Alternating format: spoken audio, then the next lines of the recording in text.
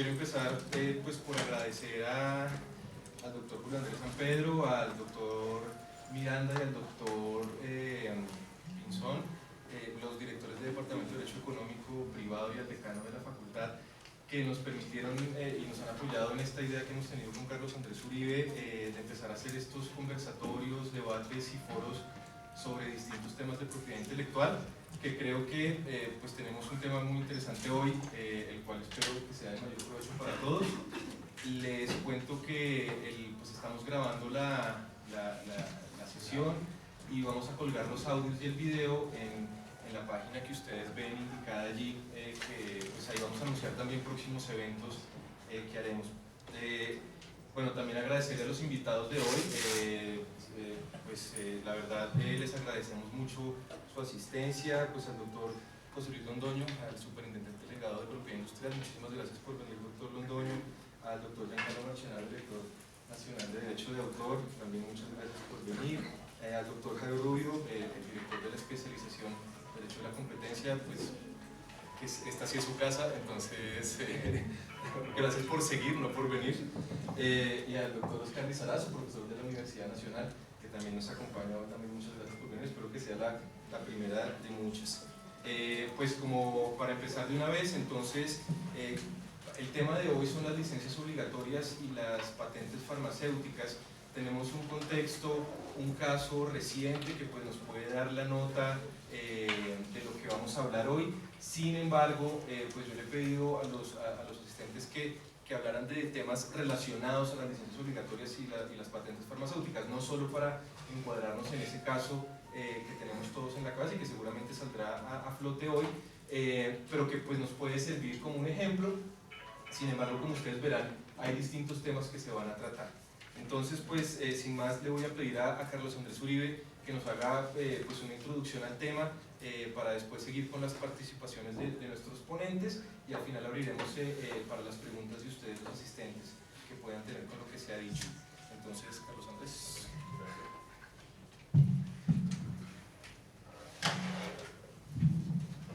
Pues también me pongo lo mismo, a darles las gracias a todos ustedes por tomarse su tiempo y venir a compartir como este espacio.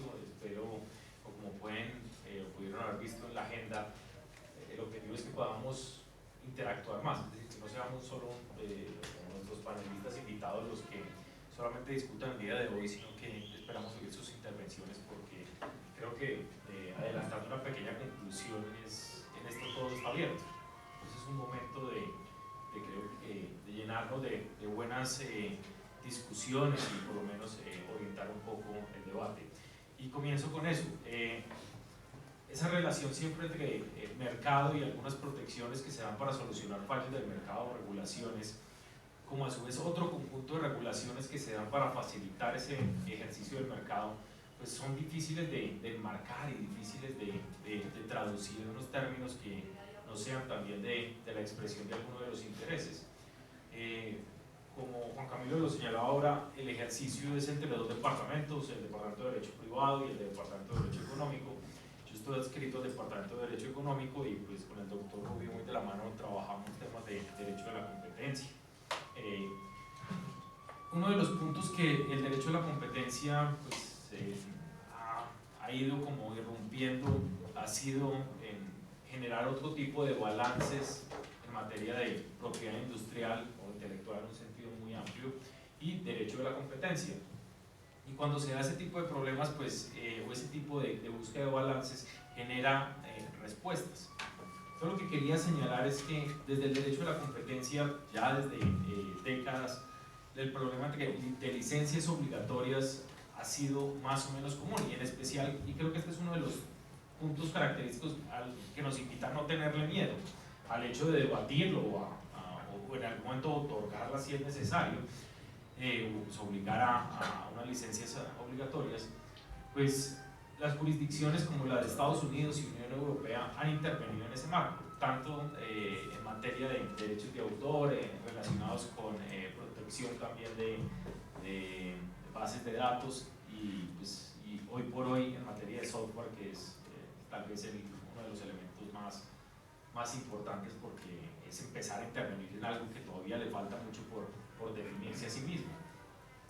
Entonces la invitación es esa, es contarles un poco cómo ese derecho a la competencia en esas jurisdicciones donde ese lenguaje ha sido debatido, ha intervenido en ese derecho a la propiedad industrial, y qué es lo que nos queda a nosotros y el debate que esperamos oír entonces de esas recientes experiencias en materia de medicamentos en Colombia. Para el derecho a la competencia, por ejemplo, tanto en Estados Unidos es un caso muy importante para permitir competencias en mercados secundarios, que es el caso Kodak. En ese caso Kodak se obligó a Kodak a otorgar unas licencias en materia pues, de patentes y de derechos de autor, en especial en software, para que empresas que se dedicaran a los servicios y reparaciones pudieran continuar con esa actividad atendiendo a empresas que compraban ese tipo de bienes, en especial para incentivar esos mercados secundarios. Entonces tenemos un ejemplo muy preciso de la búsqueda de competencia en un mercado secundario, y el objetivo es incentivar otro tipo de actividades. Obviamente esto también tiene una carga proteccionista, y es que había unos agentes que ya participaban en ese mercado, y cómo dejarle esa potestad simplemente al titular de una patente, de un derecho de propiedad intelectual, para que simplemente a su voluntad decida un momento cerrar o abrir el mercado, ¿no? Y desde ahí viene una concepción bien importante, y es que si usted ya contrató en un momento determinado, es porque usted básicamente consideró que esa contratación era eficiente. Entonces, claro, si ahora va a decir que no se puede, pues no solo diga porque es que tiene el derecho, sino que venga y demuéstrenos que es que además hay una circunstancia superior que impide ese ejercicio de seguir otorgando licencias. Muy bien, o simplemente vendiendo los bienes que incorporan esos derechos.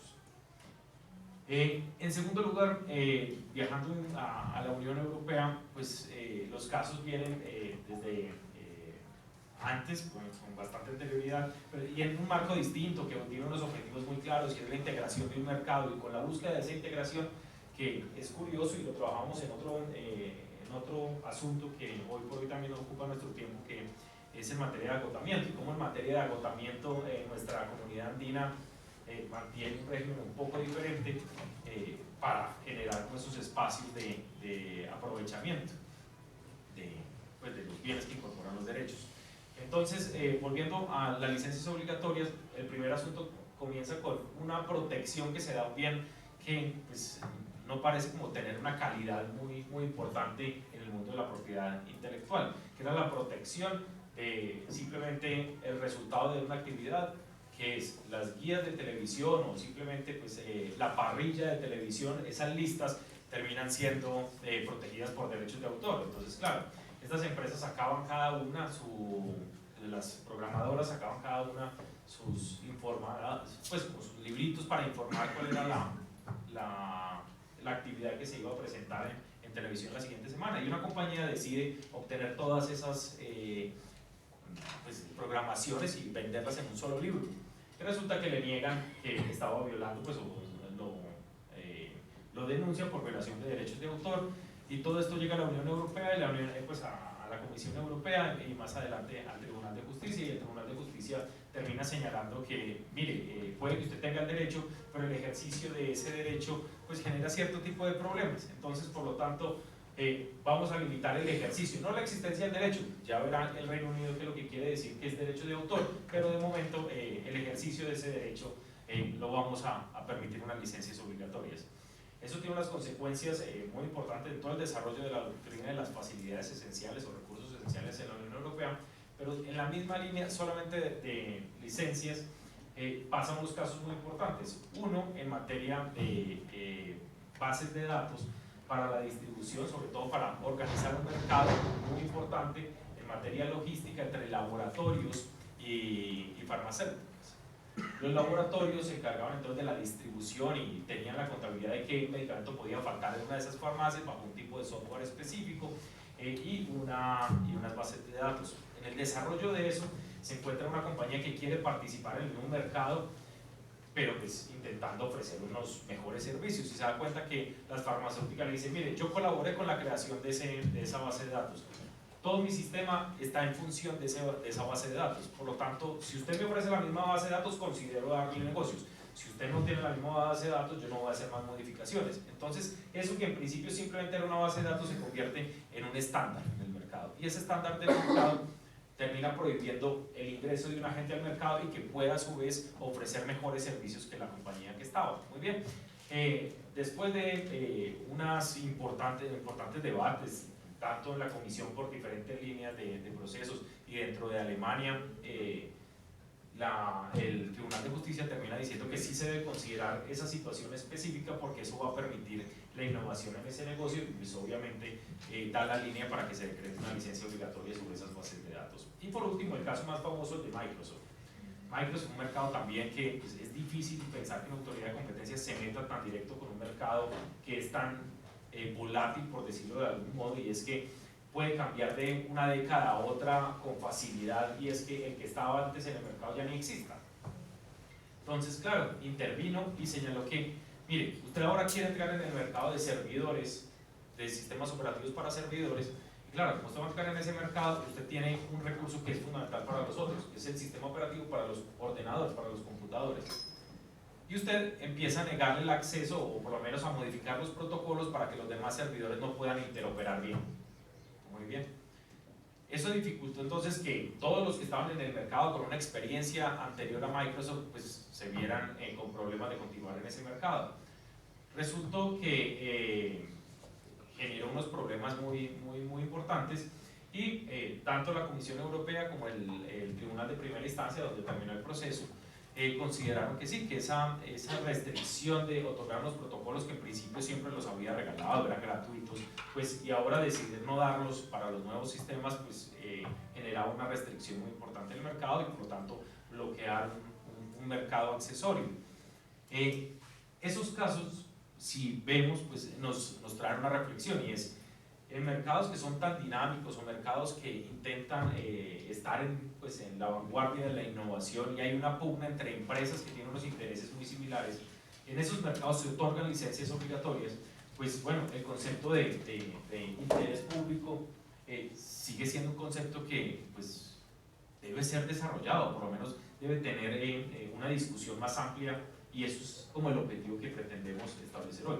Yo no quisiera, pues, sobre todo pisar como los temas específicos, pero por lo menos sí me gustaría como señalar que la normativa existe para que se puedan declarar, no es algo que simplemente nos estamos inventando, es algo que ya hay experiencia a nivel mundial, es decir, a nivel regional por lo menos tenemos a Ecuador, Brasil y un referente muy importante sigue siendo India. Hay que identificar si son muchos los factores y es cómo se dan estas restricciones, simplemente lo que basta es una zona geográfica o un tipo de país específico. Si la discusión debe ser en ese término o la discusión debe ser un poco más objetiva y mirar cuáles son los intereses que estamos intentando proteger cuando se establece una medida de licencias obligatorias, y empezar como de pronto a indagar un poco más, no simplemente por intereses a veces como puede oírse muy particulares y defensores de un lado y otro como muy precisos, sino también qué más hay en el medio y ver cómo podemos llegar a ciertos consensos como sociedad, si bien eso es muy difícil como sociedad, pero por lo menos comenzar a abrir la discusión de una forma más, creo que más interesante, donde estos espacios faciliten ese tipo de comunicación. Entonces, por lo tanto, yo simplemente quiero darle la palabra pues, a nuestro orden del día y empezar a discutir el asunto que nos convoca. Perfecto, entonces por favor, doctor Londoño, si quiere, seguimos. Por favor. Cuestiones de tiempo, y no por ello precisamente, por otra razón distinta a ello, pues extender el agradecimiento a los que hicieron posible este evento. Muchas gracias por invitarnos, saludarlo al doctor Uribe, Juan Camilo, doctor Rubio, doctor Giancarlo, doctor Sergio Lizarazo. Un placer estar aquí con ustedes para hacer esta discusión. Acá el doctor y el doctor Luis Ángel y el doctor Zapata, también muy interesante, seguramente nos van a retar con sus preguntas y todos ustedes. Lo que me pidió además Juan Camilo era que diéramos a conocer una posición de la Superintendencia de Industria y Comercio en relación con las licencias obligatorias de productos farmacéuticos, y cuando hablamos le dije pues le tengo que dar la posición de la Superintendencia en relación con las licencias obligatorias. y como primera y como segunda, por eso creo que les voy a regalar tiempo, pues la posición no es otra que la que está en la ley.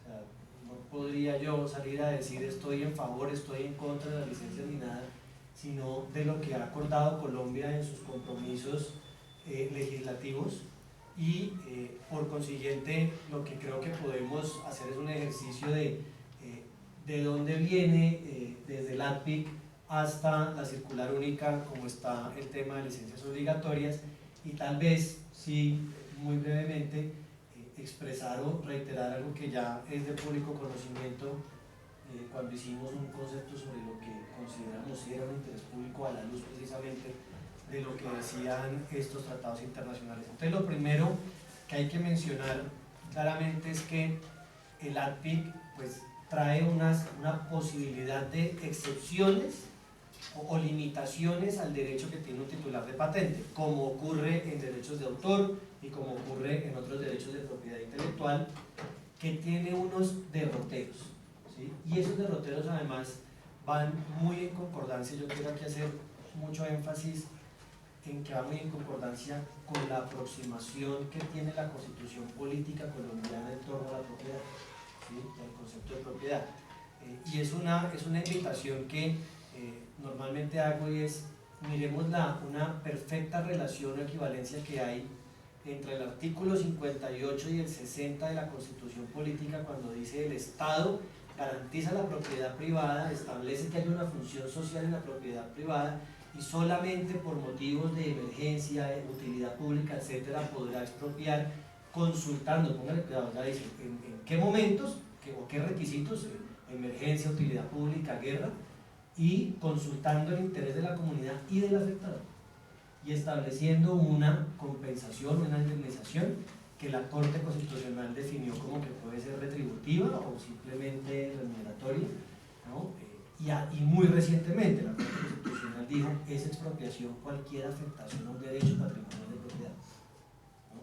Pero allá no quiero entrar todavía en la discusión, simplemente lo que quiero decir es: dice el Estado garantiza la propiedad privada, cumple una función social y en unos casos excepcionales expropie, ¿cierto?, haciendo prevalecer el interés general, definiendo qué es interés público según legislador, ¿no? Y después, en el artículo 60, dice: el Estado promoverá buscar los mecanismos para que haya acceso a la propiedad, ¿cierto? Entonces, uno dice en principio, en eso que tiene que ver con propiedad industrial. Revisa el artículo 61 y dice: el Estado garantiza la propiedad intelectual de conformidad con sus formalidades. Y después, voy a leer, hay dos artículos muy importantes que hacen las veces de lo que haría el artículo 60 respecto de promover el acceso a la propiedad, que es este inciso del artículo 70, que dice: la cultura en sus diversas manifestaciones es fundamento de la nacionalidad.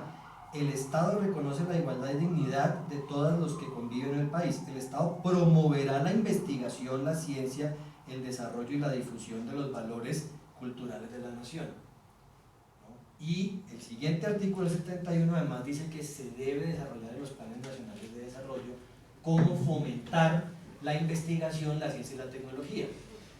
Y creo que nadie discute que una de las formas de la máxima expresión precisamente de fomento a la investigación, a la ciencia y al desarrollo investigativo, pues es el sistema de patentes, ¿sí? En unas partes lo llamamos contrato social y en otras lo llaman sistema de incentivos, ¿sí? Entonces, a partir de ahí creo que existe un perfecta concordancia de lo que se quiere con el ADPIC también, con sus objetivos de fomentar la investigación, pero a su vez también de que no haya, digamos, obstáculos ni barreras al comercio. Entonces, por eso mismo se establecen las excepciones y las limitaciones, basados en algo, digamos, en un símil a la regla de los 3 pasos de derechos de autor, de los 3 pasos de patentes, es decir, para situaciones excepcionales y limitadas, mejor dicho, es decir, situaciones excepcionales, ¿no?, consultando los intereses del afectado, ¿sí?, que no afecte la normal explotación de la patente, ¿ya? Eso es lo primero que dice el artículo. Lo segundo, en el artículo 31, es unos derroteros, ¿sí?, que yo paso a mencionar acá.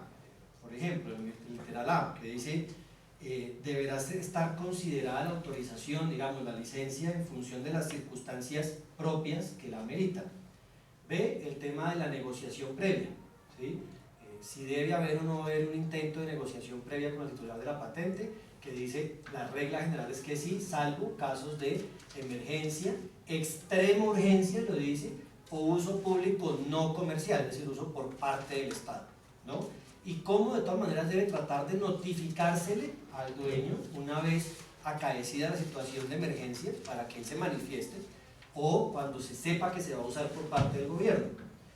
El alcance y duración de esos usos se limitarán a los fines para los cuales haya sido autorizado, es decir, no para que yo tome una invención y pueda, digamos, desbaratarla tecnológicamente y hacer otra cosa con ella. No son de carácter exclusivo, es decir, se debe otorgar varias licencias, no es tratar de crear una situación ahí de conglomerado empresarial. No pueden cederse esos usos, es decir, una empresa no puede volverse licenciataria y decirle yo le cedo el derecho de ser licenciatario, ¿no? Y algo que es muy importante, que tiene que ver precisamente con esa función social de la propiedad industrial, que no es exactamente la misma función social que nosotros conocemos para la propiedad material. La función social, aunque muy parecida, la función social de la propiedad industrial es la de la explotación de ese bien intangible. Debe explotarse, por eso la obligación de usar la marca, por eso la obligación de explotar la patente. ¿Por qué? Porque genera dos consecuencias positivas para nosotros como sociedad. La primera, proveer de información tecnológica, ¿sí? Nos está dando información tecnológica que entra al dominio público a partir del cual todos podemos investigar y mejorar, ¿no? Ese conocimiento o esa tecnología. Y la segunda, como consumidores finales, porque nos están proveyendo posiblemente de un producto mejor, ¿ya? Esa es verdaderamente la función social de la propiedad industrial y en particular de las patentes, ¿ya? Por lo tanto, los correctivos que debe tomar el Estado en políticas económicas tienen que ver cuando no se esté dando esa función social, ¿sí? Sin desconocer qué es patente, ¿no? Porque ya hoy me estoy adelantando un poquito, pero si uno siempre pone unas situaciones excepcionales como la regla general, pues entonces no existe la patente, ¿no? Entonces, muy importante que sea para abastecer un mercado, cuando el mercado no se esté viendo abastecido de la manera que debería serlo.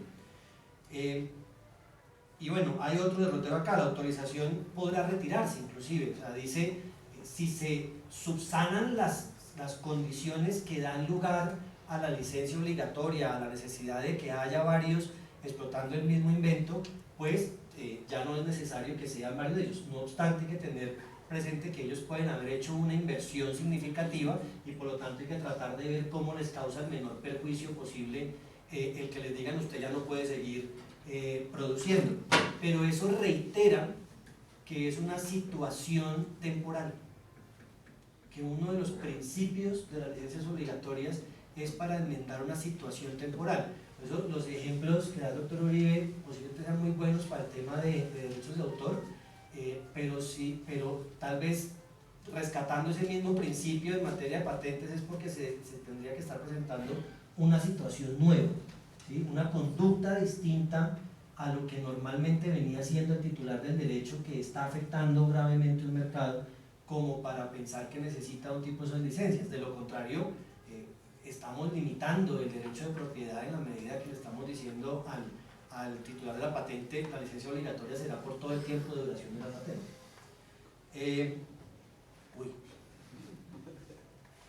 Debe haber una remuneración adecuada, y aquí hay algo que señalar muy importante, y es el ATIC habla de remuneración, de compensación, lo mismo que lo hace la decisión andina. Entonces habría que definir si simplemente se refiere a remuneración o se refiere a una indemnización.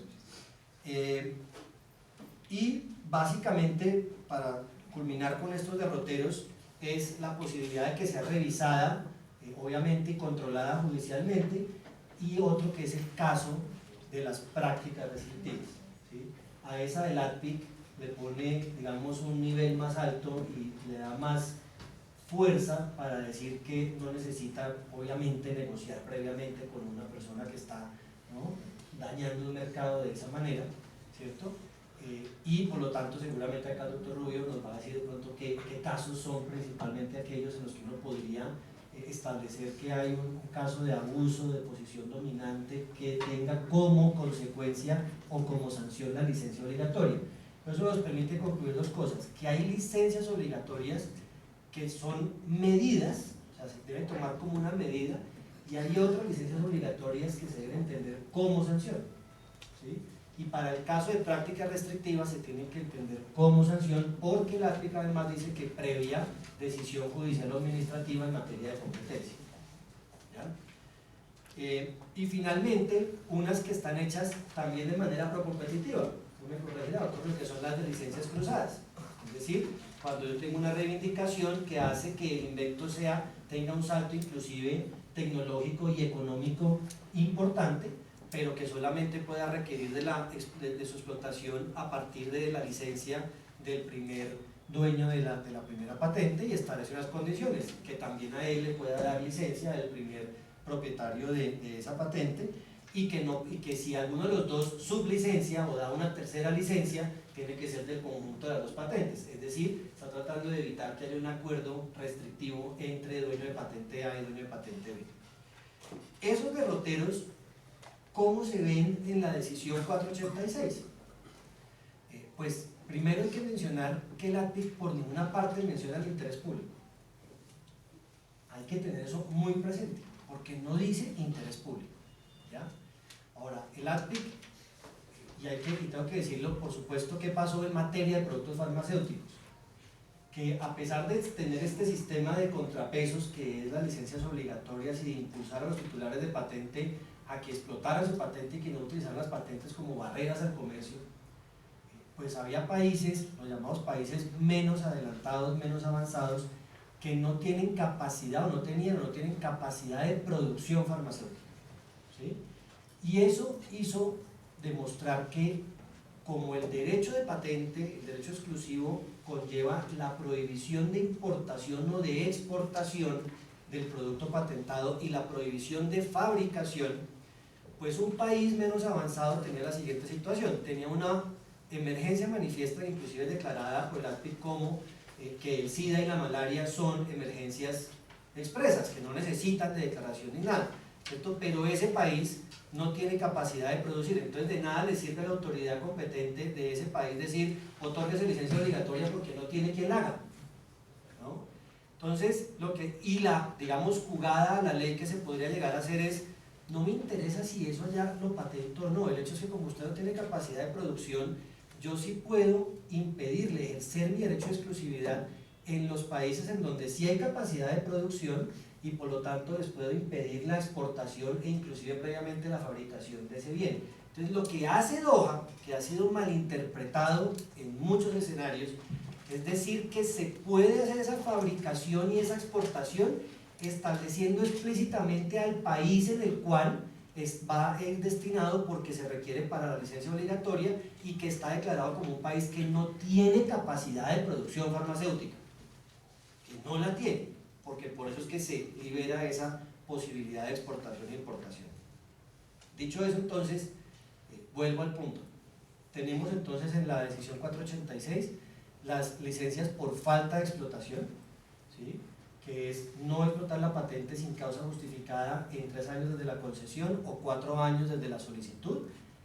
Situación la de los 4 años, digamos, compleja, porque si la oficina se llegara a demorar 5 o 6 años, ¿cómo calcula si el producto está siendo o no está siendo explotado? Y tal vez error conceptual: no necesariamente una invención implica la existencia de un producto material.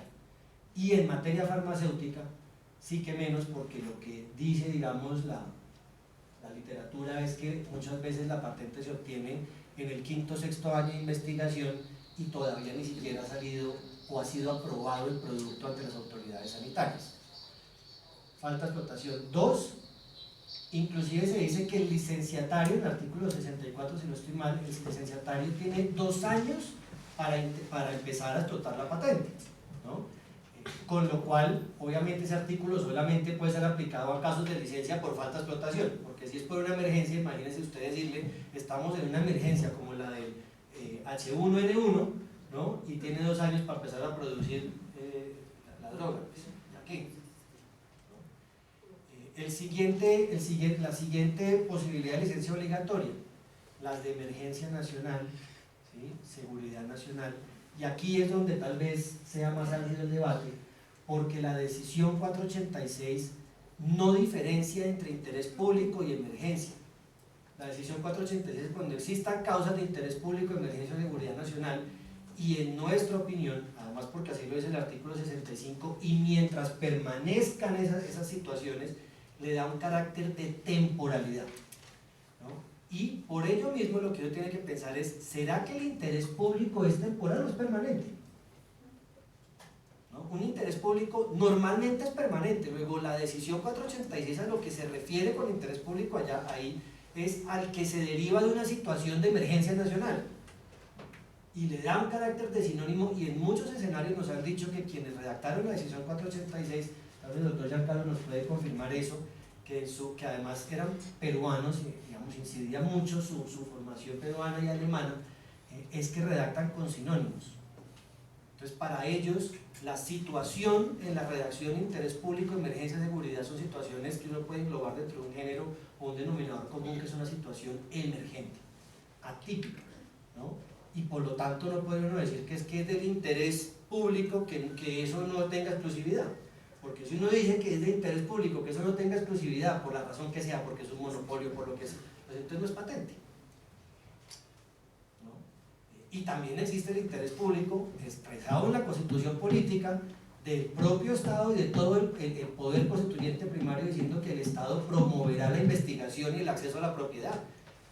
Entonces son dos intereses públicos encontrados. Entonces hay que revisar en el caso, voy a terminar en el caso de interés público, es que debe estar, digamos, asociados a un tema de una situación que emerge, y por supuesto lo que hace la superintendencia, además la posición de la superintendencia en todos los casos de licencia obligatoria, es revisar si se dan las causales para la licencia de no explotación. Venga, señor, muestre si la explotó o no hay las causas justificativas. Pero en el caso de interés público es diferente el actuar de la superintendencia, porque, nos lo cuenta mejor el doctor Rubio y el doctor Giancarlo, no estaba regulado y se necesita una previa declaración de interés público, y por su rango, por su característica y naturaleza administrativa, no es la superintendencia la que declara intereses públicos. Entonces hubo de regularse una situación de interés público, que además ratifica el criterio de temporalidad, porque establece que ese procedimiento para declarar el interés público no debe demorar más de 3 meses. ¿No? Y la función de la superintendencia en ese caso es ejecutar la declaración de interés público, no es otra, ¿ya? Entonces a uno le llega la declaración de interés público y le dice, abre la página y le dice a todos los interesados, señor, se declaró interés público, ¿quién quiere ser licenciatario? ¿No? Y la superintendencia sí lo que tiene que hacer es fijar el tiempo, y lo dice la norma, o sea, no es por el tiempo que le reste a la patente, por el tiempo que sea necesario para remediar la medida o la situación que está causando la emergencia o que está generando ese interés público. Está el caso de las prácticas restrictivas, en los que también la misma superintendencia es la autoridad, y en los que la norma dice previa calificación de práctica restrictiva. En ese caso se dará como medida sancionatoria, e inclusive lo que se piensa, y hay una situación diferente en el caso de la remuneración o la compensación, y es que se puede inclusive tomar una medida diferente en la remuneración para tratar de recuperar la transparencia del mercado, la situación normal de mercado, en cuyo caso tal vez yo me imagino la regalía inclusive puede llegar a fijarse menor para darle mayor poder de entrada a los eventuales licenciatarios. Simplemente están esos, está la licencia cruzada, la decisión 486 reitera los mismos principios, eso sí con posterioridad a lo que hace la ARPI, que los establece al principio, en el artículo 31. No creo que deba decir más de lo que tiene que hacer la superintendencia, y simplemente expresar dos cosas para claridad pública. La primera es que me puedo pronunciar en esto sin necesidad de declarar mi impedido, que me vayan a recusar, porque el doctor Rubio, mejor que yo lo sabe, el delegado para la propiedad industrial no interviene en ningún trámite de licencias obligatorias. Entonces es difícil declararse impedido en lo que uno no puede intervenir. Y segundo, como segunda medida, el concepto que dio la superintendencia durante el procedimiento que hizo el Ministerio de Salud, fue a pedido del Ministerio de Salud. Gracias. Muchas gracias, doctor Londoño. Como ven ustedes, no es solo la posición de la superintendencia, es una posición muy interesante y creo que provocadora, que nos lleva a ver otros matices, no solo el de la competencia, sino tal vez donde está el foco de esta discusión, que es el de la misma propiedad o derecho de propiedad, que no es tan pacífico. El doctor Giancarlo Marcellano, director nacional de Derecho de Autor, no está aquí, creo yo, en calidad de director nacional de Derecho de Autor, sino en calidad de ex superintendente delegado de propiedad industrial. Entonces, doctor Giancarlo, por favor. Gracias, Juan Carlos.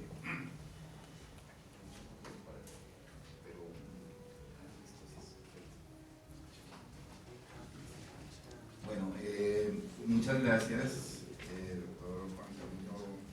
Un saludo también a todos los miembros de la mesa, a mis amigos José Luis Jairo Rubio, al doctor Uribe y lo mismo al doctor Lizarazo. Es válida la aclaración, Juan Camilo. Yo estoy aquí en mi calidad de ex superintendente delegado para la propiedad industrial, cargo que ejercí en 2 oportunidades, sumadas las 2 como por 10. No,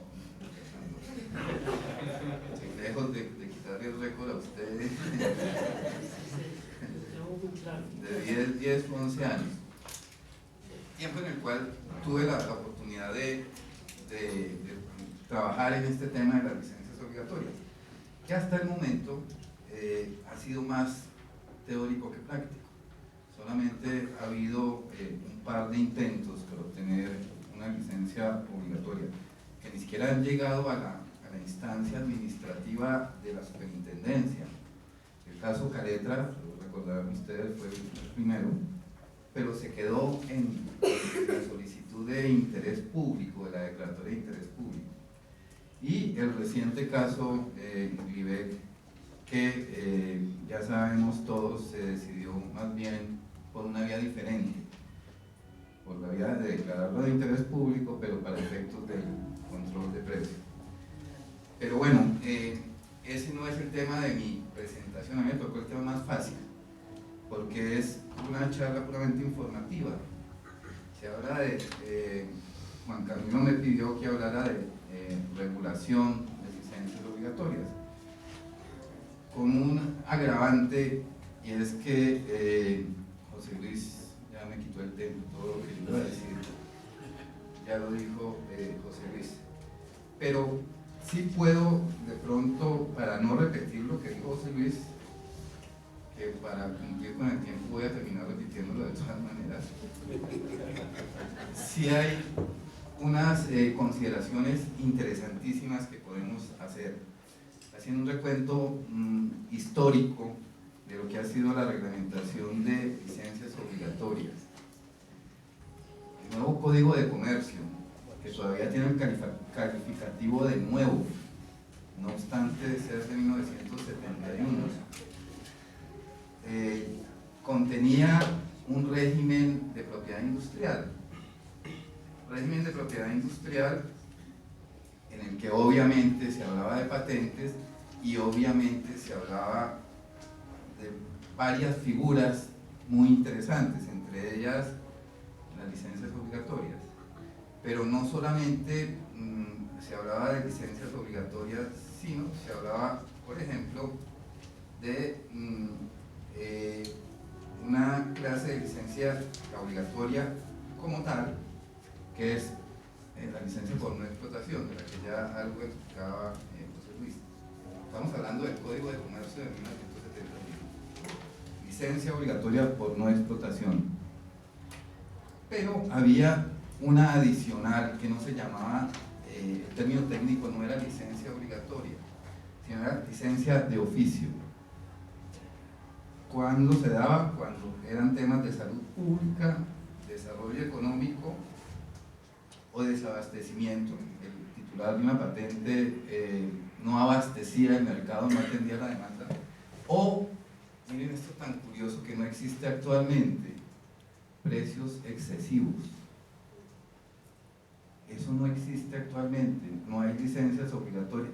El precio excesivo lo sabe más mi amigo Jairo Rubio y los que dominan la competencia, el precio excesivo no es una práctica contraria a la libre competencia. Todo lo contrario, ¿no, Jairo? Son los precios son los precios por debajo para evitar la entrada de competidores, lo que es considerado una práctica restrictiva de la competencia. Pero un precio alto no es una práctica, hasta donde yo sé, puede que me corrija el doctor Rubio, que es la eminencia en tema de derecho de competencia. Pero eso estaba en el Código de Comercio de 1971. Y había otra figura bien interesante, la expropiación por razones de salud pública y defensa nacional. Una figura peligrosísima, que, ojo, voy a lanzar un globo al aire, yo no sé si está vigente todavía. ¿Y saben por qué no sé? Esto es solamente como para generar un tema de controversia. Voy a decir por qué cabe la argumentación de que puede que esté vigente. Porque el Código de Comercio no está derogado. Hay una aplicación preferente de la norma supranacional, pero lo que no trata la norma supranacional y está contenido en otras normas, se puede sostener que tiene vigencia. Entonces, en el nuevo Código de Comercio de 1971 está la figura de la expropiación por razones de salud pública y defensa nacional. Además, con un mecanismo completamente expedito y peligroso. El ministerio respectivo decretaba la expropiación.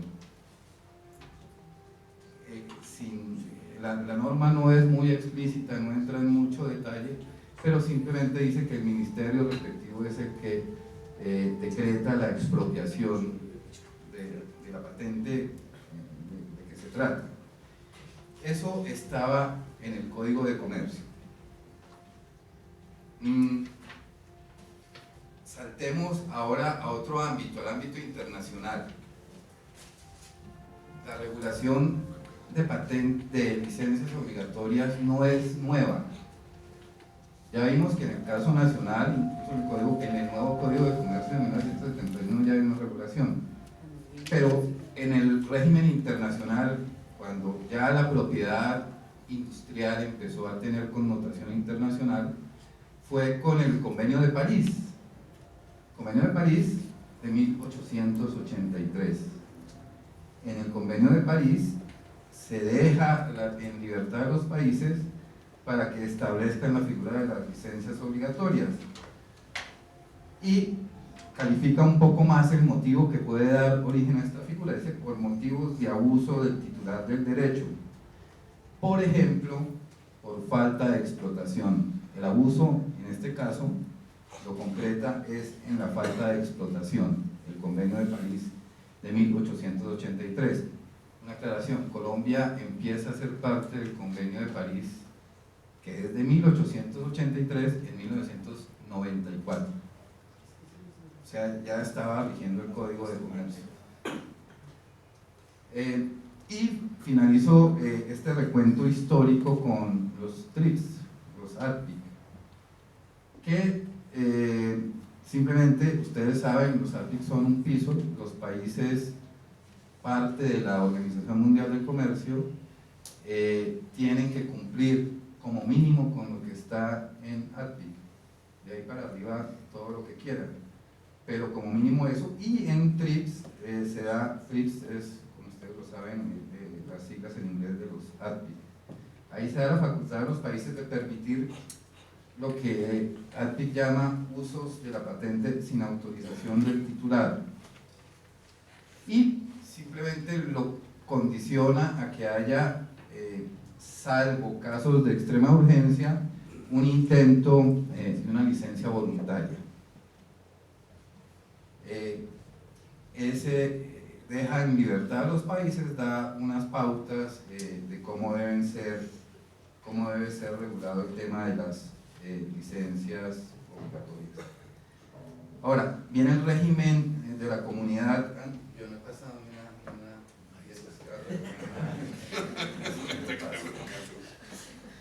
el régimen comunitario andino. Ustedes han visto, primero el régimen del Código de Comercio, segundo el régimen internacional, tratados que son convenios de París y TRIPS, y ahora régimen comunitario andino, que ustedes saben ha pasado por muchas decisiones. La primera decisión 85 de 1974, después viene la decisión 311, la decisión 303, la decisión 344, hasta llegar a la decisión actualmente vigente, la 486, desde el año 2000. Y en esa decisión, ya José Luis lo ha comentado en detalle, existe un capítulo sobre licencias obligatorias. Y les decía que me toca repetir lo que dijo José Luis, lo voy a repetir tratando de que quede un poco más fijado en la memoria de ustedes, que es el régimen de licencias obligatorias. ¿Qué es lo importante en el régimen de la decisión 486? Aclarando, quiero volver al tema del principio, el Código de Comercio, y entra la legislación supranacional. El fenómeno es el de la aplicación preferente de la norma andina sobre la norma nacional. Sin embargo, la norma nacional adquiere sentido cuando son temas que no trata la legislación supranacional, y los vacíos se pueden llenar con legislación interna. Entonces, actualmente tenemos la decisión 486 y podemos decir que algunas de las normas del Código de Comercio que no fueron tratados, los temas que trataban esos artículos o esas normas, pueden estar vigentes eventualmente. Las normas del Código de Comercio pueden estar aplicables porque vigentes, es decir, la legislación supranacional no deroga la norma nacional. Para que lo tengamos en cuenta, puede ser un buen argumento para cualquier cosa. Hay vigente alguna norma que Legis consideró que no estaba aplicable. Es el peligro de los códigos, que ellos resuelven qué es lo que está derogado y qué no, y en el caso de la aplicación de las normas supranacionales eso es particularmente peligroso. Puede haber normas que consideren derogadas que son perfectamente aplicables. Bueno, ¿cuál es el régimen que trae la decisión 486? Las 4 licencias obligatorias de las que habló José Luis. Por no explotación, que es la típica, la licencia obligatoria por no explotación, cuando 3 o 4 años no se ha explotado la patente, cualquier persona, previo intento fallido de obtener una licencia voluntaria, puede pedir una licencia obligatoria. Para la solicitud tiene que demostrar que hubo ese intento fallido de una licencia voluntaria. Y el proceso administrativo, una aclaración, el régimen del Código de Comercio es judicial. El juez es el que decreta la licencia obligatoria. El régimen de la decisión 486 es administrativo. La superintendencia es la que tramita y decreta las licencias obligatorias. Entonces, para la licencia obligatoria por no explotación, simplemente es una solicitud previo requisito de procedibilidad, que es haber intentado la licencia voluntaria, y el procedimiento administrativo va interesado a fijar las condiciones de la licencia obligatoria: tiempo, territorio, regalía. Ojo, esto es un tema importante, las licencias obligatorias no son gratuitas, siempre se debe fijar una regalía en favor del titular de la patente. Entonces, el procedimiento administrativo, en el que interviene obviamente el titular de la patente y se puede defender y puede patalear, va enderezado es eso, a fijar las condiciones de la licencia obligatoria. Y viene la decisión, una vez evaluados todos los elementos por la autoridad administrativa, por la Superintendencia de Industria y Comercio, decisión que obviamente puede ser revisable. Es uno de los principios, es que existe la posibilidad de que eso sea sujeto de revisión. La segunda es la controvertida, la licencia obligatoria por razones de interés público, emergencia o seguridad nacional. Ya lo dijo José Luis, la característica principal es que no es un proceso que se surta íntegramente ante la Superintendencia de Industria y Comercio, sino que requiere previamente de una declaratoria, bien sea de razones de interés público, bien sea de emergencia, una declaratoria de emergencia, o bien sea de una declaratoria de seguridad nacional. Yo coincido con José Luis en que de pronto interés público o emergencia son términos que pueden ser manejados como sinónimos. Lo importante es saber quién debe formular esa declaratoria para dar inicio al proceso de licencia obligatoria ante la Superintendencia de Industria y Comercio. Pero que quede claro, el proceso se inicia con una declaratoria de interés público, de emergencia o de seguridad nacional. Una vez hecho esto, si por ejemplo en el caso Plibec hubiera esa declaratoria de interés público, hubiera sido para efectos de la licencia obligatoria, la declaratoria pasa a la superintendencia hace una especie de convocatoria para que los interesados puedan presentar sus solicitudes para que se les otorgue una licencia obligatoria. Y ahí se surte todo el trámite para determinar las condiciones de esa licencia obligatoria. La tercera es la del doctor Rubio, las licencias obligatorias por prácticas que afecten la libre competencia. Y la decisión 486 no es tan genérica, no solamente deja abierto el tema a prácticas que afecten la libre competencia, sino que da como ejemplo el abuso de posición de dominio. ¿Qué implica esta licencia obligatoria? Que previamente se debe surtir un trámite administrativo ante la Delegatura de Protección de la Competencia, un trámite común y corriente de los que se lleva, que se investigan y que se llega a una decisión declarando que efectivamente se presentó una práctica, un abuso de posición de dominio, y que además, y eso tendría que estar muy claro en la decisión, una licencia obligatoria podría ser un elemento para superar esa situación de abuso de posición de dominio. Debía especificarse muy claramente en la decisión, después de esa investigación que hace la Delegatura de Protección de la Competencia, cuál es la patente que debería licenciarse para restablecer los términos de competencia.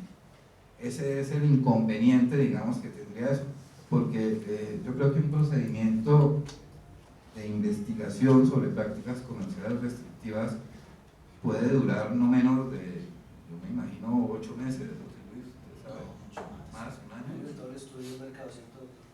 Depende, ¿a quién investiga? También, sí. Hay casos de 9 meses y otros de 7, 8, 10 años. Entonces ese es el grave inconveniente, ¿no? Que requiere de ese trámite previo. Y surtido todo ese trámite, pasa la pelota a la Delegatura de Propiedad Industrial, que es la que hace el procedimiento ya propiamente dicho de la licencia obligatoria. Y la última clase de licencia obligatoria es el llamado por dependencia de patentes. Aquí hay algo que yo he descubierto cómo utilizarlo y que deberían los investigadores tener en cuenta. ¿Cuándo opera esta licencia? Cuando para explotar una invención patentada se requiere de la autorización de otro titular de patente para la explotación. Es válido uno se pregunte, bueno, ¿y cómo llegó el inventor a la invención actual basándose en una patente de un tercero? Y aquí es donde está, digamos, la ciencia de esta licencia obligatoria. Existe una limitación en materia de patentes, que es la investigación. Es decir, yo, investigador, puedo utilizar una invención patentada por un tercero para efectos de investigación. Es una de las excepciones patentes. Entonces, a través de esa excepción yo puedo llegar a un desarrollo propio que, si cumple con los requisitos de patentabilidad, como la lectura preventiva de la aplicación industrial, lo puedo patentar. El problema es cuando lo voy a explotar. Ahí es cuando cabe la licencia obligatoria. Y la norma, la decisión 486, dice que ese es exactamente para el tema de la explotación. No se detiene en el tema de cómo llegar a obtener la patente porque está dentro de una excepción. Es ya para la explotación. Es en ese caso entonces donde puede solicitar la licencia obligatoria si el titular de la primera patente no le quiere dar una licencia voluntaria. En este caso también debe agotar ese requisito de procedibilidad, debe intentar frustradamente obtener una licencia voluntaria. Y si no se da, es que cabría la licencia obligatoria. Y en retribución aparece la licencia cruzada. El que obtuvo la segunda patente le debe dar licencia al titular de la patente de la dimensión en que se basó para llegar a su resultado que patentó. Y esas son las clases de licencias obligatorias que contempla el régimen actual, el régimen de la decisión 486, dejando en claro que existen esas posibilidades de interpretación de la validez de algunas figuras que muchas personas consideran inaplicables. Y ahí caben argumentos de parte y parte. Argumento en que el régimen de la 486 es integral y que por tanto todo lo que hable del tema no tiene aplicación.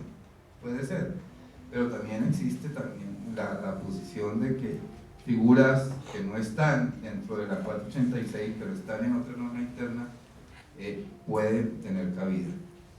Creo que con eso concluyo, doctor Juan Camilo, la contextualización. Muchas gracias. Muchas gracias, doctor Marchena. Le doy la palabra entonces al doctor Rubio.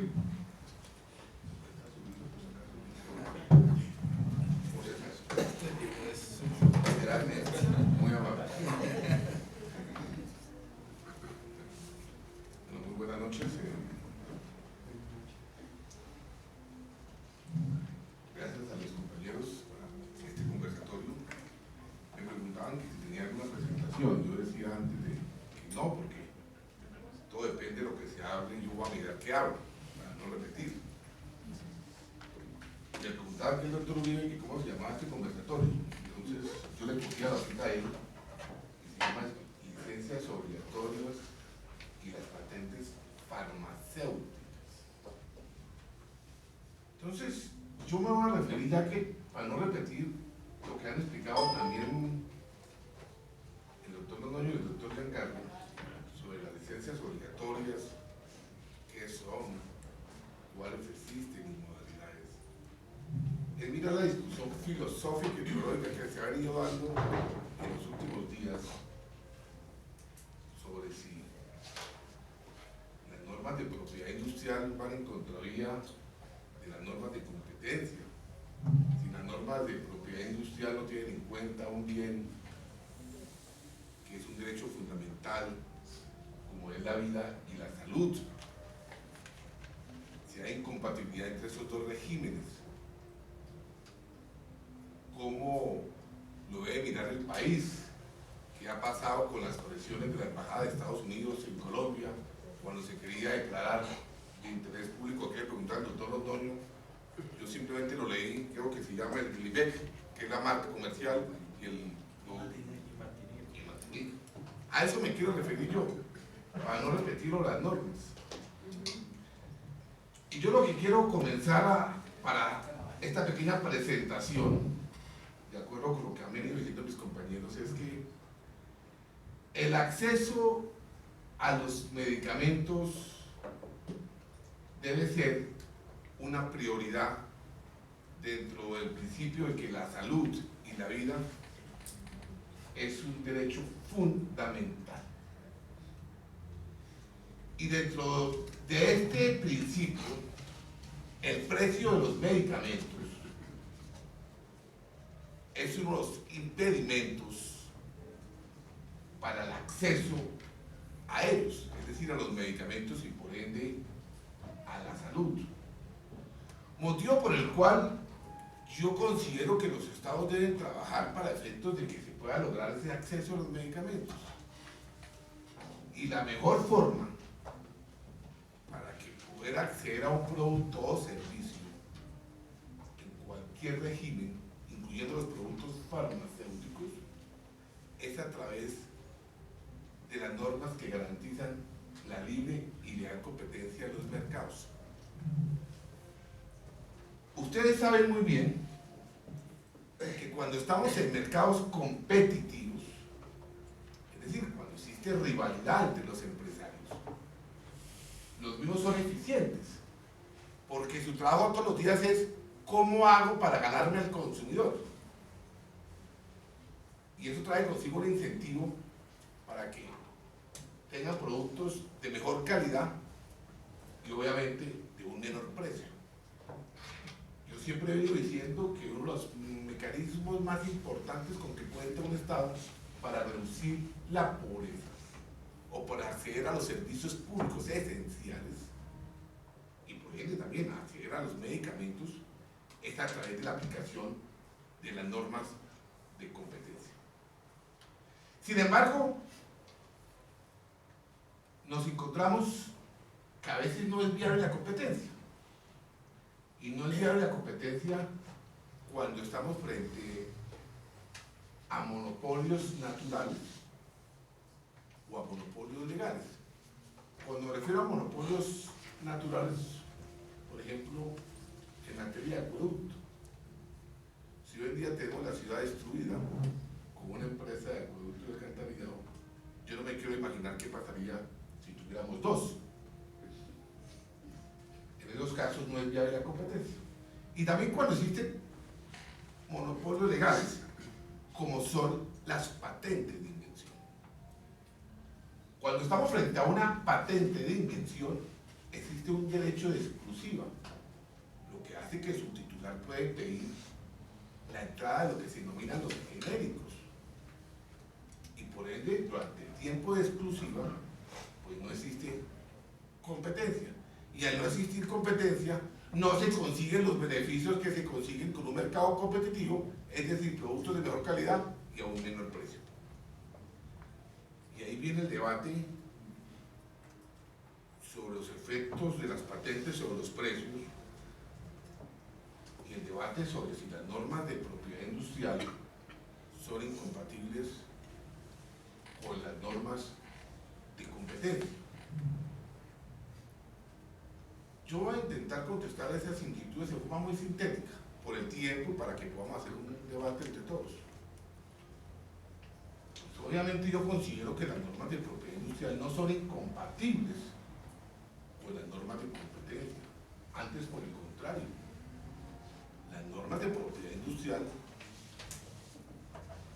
son un complemento para que pueda existir competencia en los mercados. Por ejemplo, no me voy a referir a eso porque no es el objeto del conversatorio, pero los signos distintivos, una de sus finalidades, por ejemplo, las marcas, es que los empresarios puedan competir. Yo no me imagino cómo sería una competencia sin signos distintivos. ¿Cómo harían los empresarios para hacer conocer sus productos o servicios? Entonces, aquí nos vemos que uno de los bienes en la propiedad intelectual es un mecanismo para que podamos competir en los mercados. Pero, ¿qué pasa con las patentes? Lo mismo. Las patentes son un mecanismo para que pueda existir competencia en el ámbito tecnológico. Las patentes son el mejor mecanismo para incentivar, y lo dijo, ¿dónde está mi línea aquí? Que yo copié lo que todos decían, el doctor Londoño, para que exista el fomento, la investigación y el desarrollo, lo comparto. Si no existían las patentes, la pregunta que surge es, ¿quién invertiría en investigación y desarrollo para solucionar un problema técnico? Hablemos del ejemplo típico que se da en todas las charlas para conseguir la vacuna contra el SIDA. si después de investigado tiempo, ha gastado unos recursos económicos y humanos, cualquier persona a través de la reingeniería pudiera copiarse. Pues nadie. Entonces las patentes de invención son un mecanismo para que exista innovación y desarrollo y para que exista competencia en el ámbito tecnológico por el bien de toda la humanidad. Entonces uno no puede decir que los derechos de propiedad intelectual son incompatibles con las normas de competencia. Es todo lo contrario. Las normas de propiedad intelectual son totalmente un complemento. Lo que sí puede ser incompatible con las normas de competencia no es la existencia de los derechos de propiedad intelectual, sino el ejercicio que se haga de esos derechos. Y daba el doctor Giancarlo el ejemplo, por ejemplo, de cuando existe una patente de invención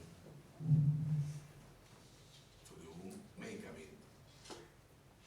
No siempre se crea una posición dominante, hay que mirar si ese medicamento no tiene sustitutos, o si es un principio activo que no tiene sustitutos, caso en el cual existe posición dominante.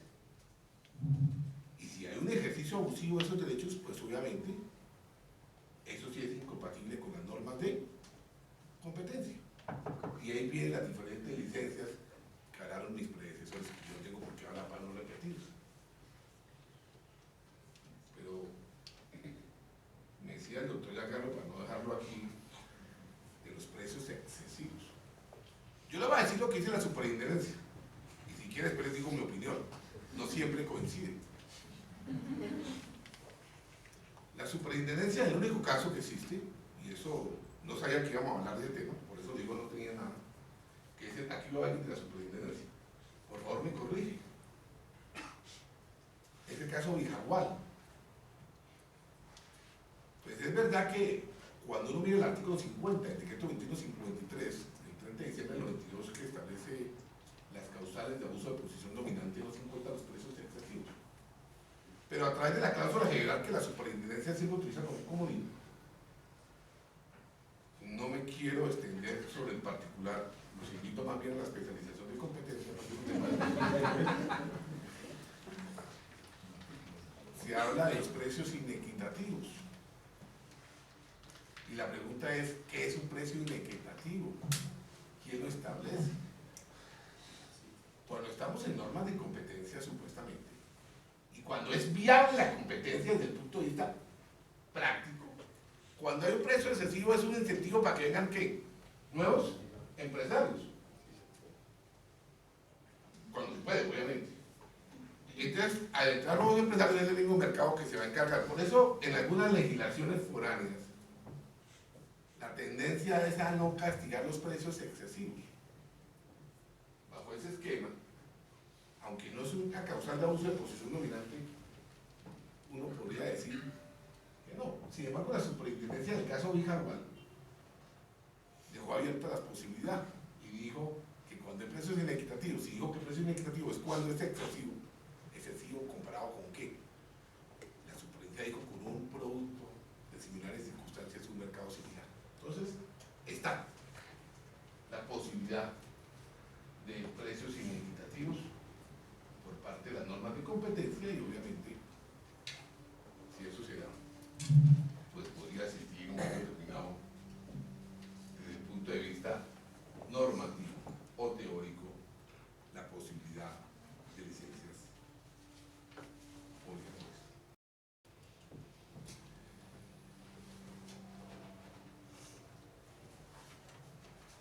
Entonces, después de llegar a la conclusión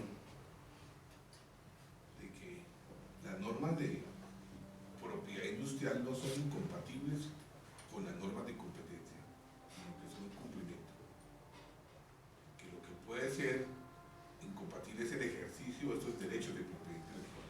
Por ejemplo, como cuando lo dijo también el doctor Londoño, cuando el titular de la patente lo utiliza para fines que no ha sido dentro del ámbito de la patente, por ejemplo, para restringir el acceso al mercado. Pues obviamente eso constituye una práctica de incumplimiento. Ahora bien, si llegamos a la conclusión de que son compatibles, la pregunta es, ¿y esos dos regímenes son incompatibles con ese derecho fundamental que tiene la gente de acceso a la salud y a la vida? Y yo para eso quiero, antes que comenzar, es que lo explicó el doctor Giancarlo y el doctor Londoño, es que el ALPIC, del cual Colombia es parte desde el año 2000, faculta a los Estados miembros para otorgar licencias obligatorias con una flexibilidad del sistema. Entonces yo no sé por qué la gente rasga las vestiduras cuando hablan de licencias obligatorias. Es que la ley habla de licencias obligatorias y no la ley. La decisión 486, que es la norma que nos regula a nosotros, que a todos los países que formamos parte del Pacto de Nuremberg, está acorde con el ALPIC, que como bien dijo el doctor Giancarlo es el estándar mínimo. Y ahí da esa flexibilidad, como también da la flexibilidad de control de precios.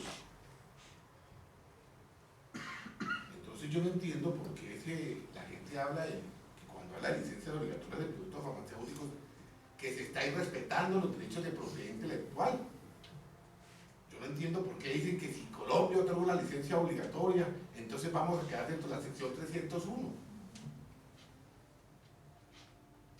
Si como usted lo dijo, entonces no es la aplicación de la ley.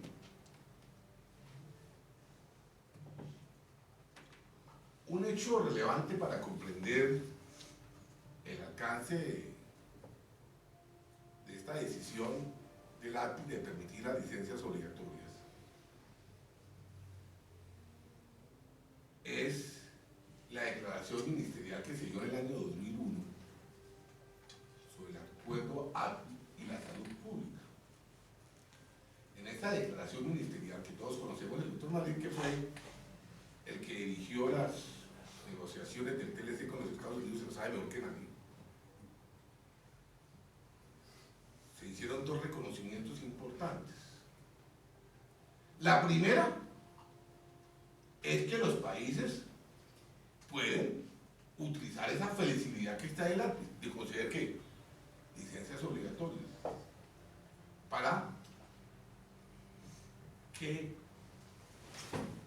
los países en vías de desarrollo puedan proteger la salud de sus habitantes. Y para eso, cuando el ALPIC reconoce que un problema grave de los países es la salud, reconoce que cada país miembro puede conceder licencias obligatorias y es libre para determinar las bases sobre las cuales concede esas licencias y tiene la potestad para determinar lo que constituye una emergencia nacional u otras circunstancias de extrema urgencia. Eso lo dice esa declaración de Doha de los países miembros. Entonces, yo no sé por qué la gente habla de que cuando en un momento determinado se quieren conseguir una licencia obligatoria sobre un medicamento, se dice que es que aquí en Colombia se respetan los derechos de propiedad intelectual. Yo no entiendo. Entonces, ¿para qué se estableció esa flexibilidad en el ALPIC? Colombia está de acuerdo con el ALPIC. Y si se da unas causales, que no las quiero decir acá, ya las explicaron varias veces, de falta de explotación, de una práctica comercial restrictiva de la competencia, o por casos de interés público, emergencia nacional, o por qué no, por patentes cruzadas, porque se puede conseguir la licencia obligatoria cuando se cumplen los requisitos. El doctor Giancarlo habló del CALET, de Calet. En esa época, doctor Giancarlo, usted bien lo sabe, que infortunadamente no se ha reglamentado la decisión 486 para decir cuál es la autoridad que podía declarar que existía ese interés público de emergencia. Ya se reglamentó la 486 y se dijo que era el Ministerio de la Protección Social. Y obviamente la superintendencia, como explicó el doctor Nodoño, una vez que se pues, si le piden licencia obligatoria, se cumple, sin que eso sea incumplir la normatividad ni incumplir los estándares de propiedad intelectual. Lo que yo sí considero, obviamente, es que cuando el Ministerio Fondo de Protección Social en un momento determinado va a declarar una emergencia, lo haga con unos parámetros que no va a suceder que todo producto farmacéutico que tenga patente, por la sola circunstancia de tener patente, se puede conseguir licencia obligatoria. Sería gravísimo. O al contrario, que ningún producto farmacéutico pueda hacer que, desde el punto de vista práctico, objeto de una licencia obligatoria, como nunca ha sucedido en Colombia. Bajo presiones que yo no entiendo. Yo por ahí veía en el periódico que decían que la paz o la propiedad intelectual, yo no entiendo. Eso a mí que me lo expliquen, yo realmente no entiendo. Usted no puede explicar lo que no entiendo. Pero déjenme determinar por lo siguiente. En un sistema libre de competencia,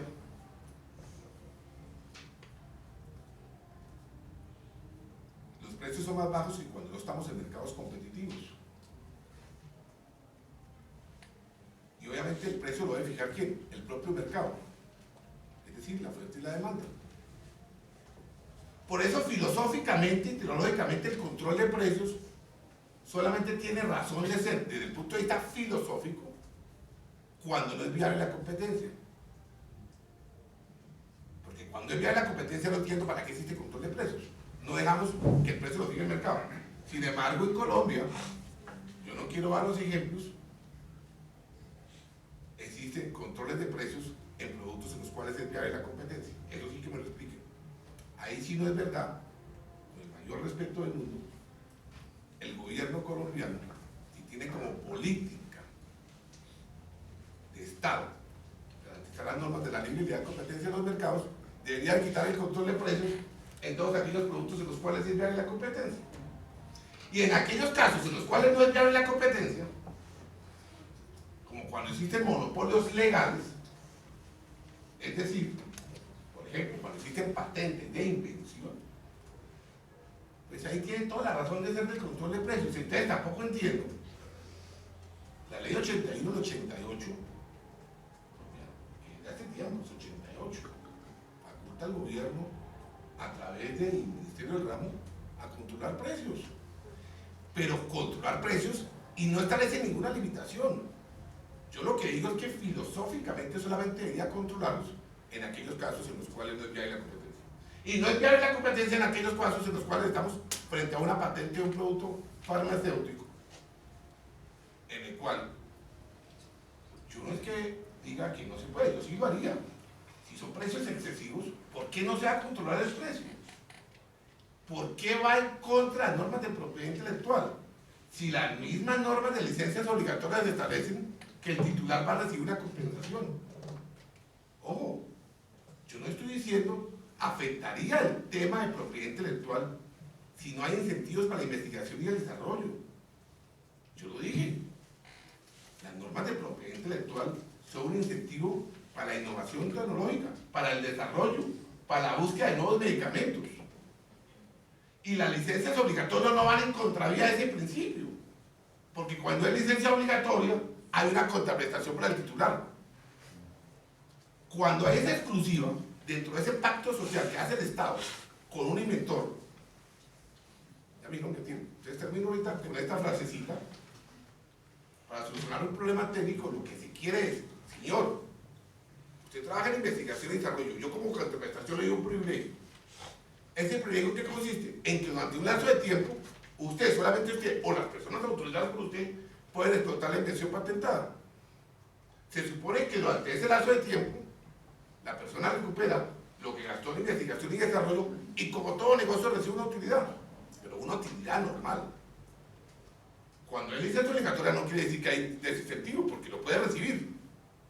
Razón por la cual yo creo que, y ahí sí tengo que decirlo, y para terminar un poquito del tema, para la parte filosófica, porque aquí podríamos estar todo el día. Vea, el doctor Madrid, y porque está aquí, me gusta que esté, cuando se hablaba de las negociaciones del Tratado de Libre Comercio con los Estados Unidos, uno de los temas más controversiales era el tema de la salud. Y yo no puedo hacer hablar aquí todos los temas que se hablaban, porque no acabaría inclusive los que tienen que ver con la salud. Pero hablando con licencias obligatorias, pues obviamente nosotros no queríamos un árbitro sino un árbitro. Y esa flexibilidad que está contemplada en los árbitros, que permanezca Y así permaneció en el Tratado de Libre Comercio con Estados Unidos. Así está en Colombia, está haciendo esta decisión. Las licencias obligatorias existen en Colombia, nunca se han aplicado y no son una figura contraria a las normas de propiedad intelectual, ni mucho menos contrario a las normas de la libre y de competencia. Muchas gracias. Gracias, doctor Rubio. Bueno, ya empezamos a tener el debate más planteado. Ven ustedes las dos posiciones de las consecuencias derivadas de entender este tema como una excepción a un derecho de propiedad o como una herramienta de mercado. Hablando un poco del tema de la herramienta de mercado, existe ese tema que nos introdujo el doctor Rubio de los productos competitivos, si hay cómo reemplazar a un medicamento. En este escenario, en el caso del Glivec, tenemos un ejemplo que no nos plantea preguntas hacia futuro, sino nos plantea preguntas hacia atrás. ¿El Glivec tenía o no tenía, o tiene o no tiene sustitutos en el mercado? Plantea una nueva pregunta, que por eso el doctor Lizarazo nos va a hablar un poco del examen de patentabilidad como un escenario previo a este tema de las licencias obligatorias. ¿Qué tan estricto o no será ese examen de patentabilidad para evitar futuras controversias como las que vimos? Buenas noches. Gracias a los profesores Juan Camilo y Carlos, a los distinguidos conferencistas y al distinguido público. No voy a hablar tan directamente de licencias obligatorias como dice Juan Camilo, sino de los criterios de patentabilidad que se materializan en el examen de patentes que hacen las oficinas de patentes, pero que en ocasiones también hacen de cierta forma por vía judicial los jueces, el Consejo de Estado Nacional. Pero antes de eso quería compartir unas breves ideas sobre el tema de licencia obligatoria. Comparto varias de las afirmaciones de quienes me antecedieron, diciendo académicamente en cuanto a algunas. Bueno, yo soy profesor de la universidad, pero es claro que en la Universidad Nacional hay 3.000 profesores, 30.000 estudiantes, hay diferentes puntos de vista y lo que yo digo acá es mi opinión y no corresponde necesariamente a una opinión institucional. Lo que diga pues también es con todo respeto y con ánimo de avance del conocimiento en esta casa de estudios. Bueno, quisiera decir que no comparto la afirmación de que las licencias obligatorias implican una expropiación. Y no la comparto con base en varios, o siguiendo a varios tratadistas, ¿no? Hay un libro de Derecho Farmacéutico publicado en 2015 por AIPI, donde incluso el doctor Olarte dice que en sentido estricto en las patentes de invención no existe una figura como la expropiación, y lo dice él, ¿no? También lo dice el modelo de acuerdo BID, de acuerdo bilateral de inversión del Ministerio de Comercio. Dice que no se aplicarán las normas de expropiación en el caso de licencias obligatorias. Como ustedes saben, también lo dice Carlos Correa y lo dicen otros autores, Reto Gil y otros expertos. En un caso de marcas lo dice también el tribunal o el panel arbitral en el caso de Philip Morris contra Uruguay. Digo que en ese caso de los paquetes planos no había expropiación de la marca por poner fotos de temas de las consecuencias nocivas del consumo excesivo de cigarrillo.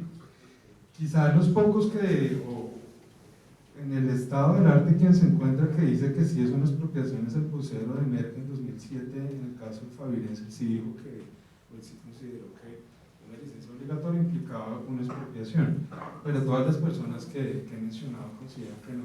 En una carta de 120 expertos dirigida al presidente de la República que suscriben entre otros Graham Dudfield, Rochelle Dreyfus, Carlos Correa, la profesora Sun de Harvard, la Universidad de Nueva York y otros también sostienen que las licencias obligatorias por regla general no implican una expropiación.